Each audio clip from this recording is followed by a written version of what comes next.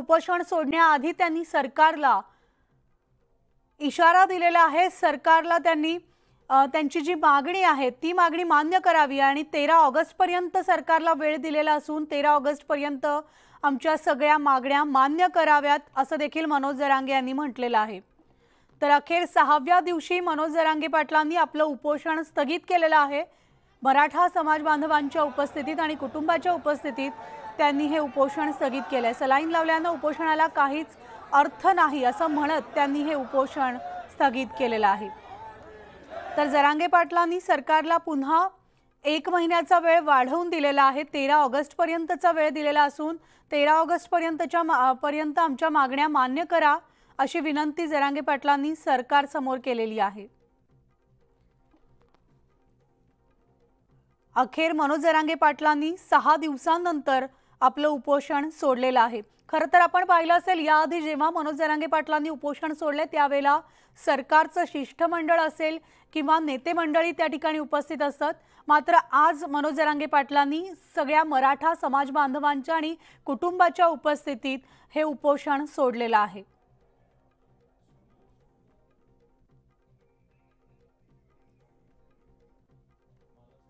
तर मला जेलमध्ये टाकलं तर भाजपची एकही जागा आली नाही पाहिजे असं देखील मनोज जरांगे पाटलांनी भाजपवर हल्लाबोल देखील केलाय। ही निवडणुकी संदर्भात सुरू झालेली आहे।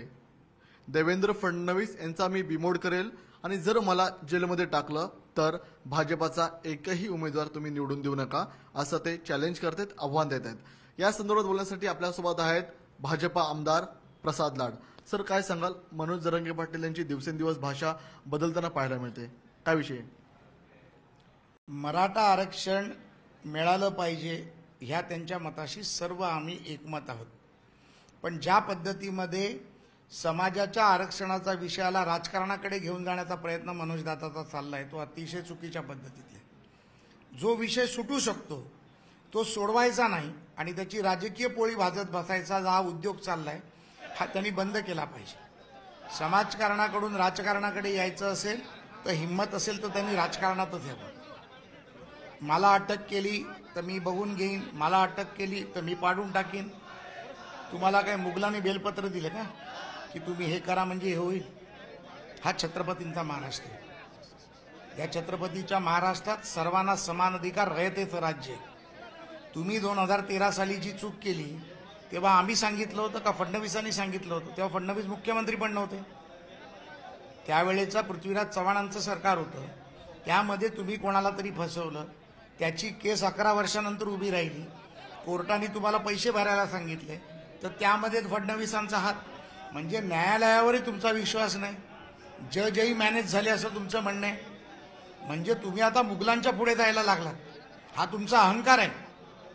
हा अहंकार मनोज दादा ठीक नाही, ये पब्लिक है, ये सब जानती है। मी देवेंद्र फडणवीसांचा बिमोड करेल असं देखील ते बोलत आहेत। देवेंद्र फडणवीसांचा बिमोड करण्याची सुपारीच मुळी तुम्हाला शरद पवारांनी दिली। देवेंद्र फडणवीसांचा बिमोड करण्याची सुपारीच मुळी तुम्हाला महाविकास आघाडीने दिली। हिम्मत आहे तर ज्यांनी आरक्षण तुम्हाला दिलं नाही, जे टिकवू शकले नाहीत, त्या शरद पवारांना प्रश्न विचारा। जे 2019 ते 2022च्या काळात मुख्यमंत्री होते, महाविकास आघाडीचं सरकार होतं, बाळासाहेब थोरात, नाना पटोले, उद्धव ठाकरे, शरद पवार यांना प्रश्न विचारा की ते सुप्रीम कोर्टात का टिकवू शकले नाहीत, ॲडव्होकेट जनरल पर्यंत का कागदपत्र दिले नाहीत? ही हिंमत आहे का विचारायची? मी व्यासपीठावर येतो, चला बारामतीमध्ये मोर्चा काढा, चला मातोश्रीवर मोर्चा काढा, लाखोंच्या मोर्चानी मातोश्रीवर जाऊन उद्धव ठाकरेंना प्रश्न विचारू, दादा मी तुमच्या मागे उभा राहतो। हा राजकीय फंडा आता त्यांनी बंद करावा। निवडणुकीपर्यंत दगदगड महाराष्ट्र ठेवायचा, जाती जातीमध्ये राजकारण करायचं आणि कोणाच्या आडून कोण करतंय, कोणाच्या छत्री खालून कोण बोलतंय हे सगळं आता जनतेला कळलंय।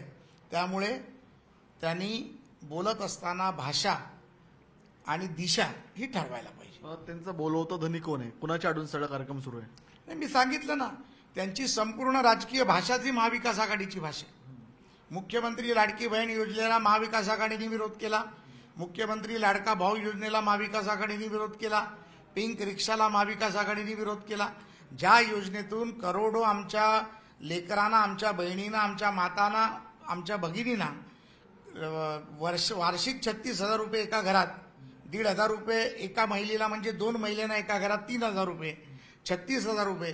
आमच्या 10वी पास मुलाला 6,000 रुपये, 12वी पास मुलाला स्टायपेंड म्हणून 8,000 रुपये, ग्रॅज्युएट आणि तत्सम डिग्री घेतलेल्याला 10,000 रुपये, म्हणजे वार्षिक 72, 12 96 आणि 10 12 120, 1,20,000 रुपये, 96,000 रुपये आणि 72,000 रुपये घरात जाणार आहेत. 36,000 रुपये माझ्या माता भगिनींकडनं जाणार आहेत. ते मनोज जरांगे पाटलांना आमच्या मराठा समाजाच्या घरात द्यायचे नाहीत. आज 4 कोटीपैकी किमान 2 ते 2.5 लाख महिला याला पात्र होतात. मग त्याला विरोध का? मग ही काँग्रेसची आणि महाविकास आघाडीची भाषा का? मग या राजकारणाकडे तुम्हाला जायचं आहे का? तर चला, आव्हान स्वीकारा, राजकारणात या, महाविकास आघाडी जॉईन करा आणि लढा निवडणूक. मनोज जरांगे पाटील यांची स्क्रिप्ट कोण देते नेमकं? नाही, मी म्हणतोय वारंवार, महाविकास आघाडी त्यांची स्क्रिप्ट लिहून देते. कोण देत आहे त्यांनीच येऊन सांगावं की बाबा ते नाही देत आहेत, उद्धव ठाकरे देत आहेत, ते नाही देत आहेत, नाना पटोले देत आहेत, शरद पवार देत आहेत. मला कसं कळणार त्यांची स्क्रिप्ट कोण लिहिते? परंतु आपण पण जाणकार पत्रकार आहात, ये पब्लिक है, ये सब जानती है. जे काँग्रेस आणि महाविकास आघाडी म्हणते, जे विजय वडेट्टीवार बोलतात, जे नाना पटोले म्हणतात, जे जयंत पाटील म्हणतात, जे संजय राऊत म्हणतात, तीच रीक 2 दिवसांनी ते ओढतात. त्यामुळे काय शरद पवारांनी बोलायसाठी पवारांनी स्वतः बोलायची गरज नाहीये. जयंत पाटील बोलले तरी त्यांनी बोलल्यासारखं आहे. त्यामुळे हे सगळं थोतांड बंद करावं. दादांना माझी विनंती आहे, राजकारण न करता समाजकारण, समाजाच्या आरक्षणाचं राजकारण त्यांनी करावं. आम्ही त्यांच्या बरोबर आहोत. धन्यवाद. हे होते आपल्यासोबत बोलण्यासाठी भाजप आमदार प्रसाद लाड. हे पब्लिक आहे, सब जानती है. मनोज जरांगे पाटील ज्या प्रकारे त्यांची भाषा बदलत आहेत, त्या भाषेला देखील आपल्याला भाजपाकडून त्याच पद्धतीने प्रत्युत्तर दिलं जात आहे. व्हिडिओ गणेश सह मी तुषार रुपनावर, न्यूज 18 लोकमत, मुंबई.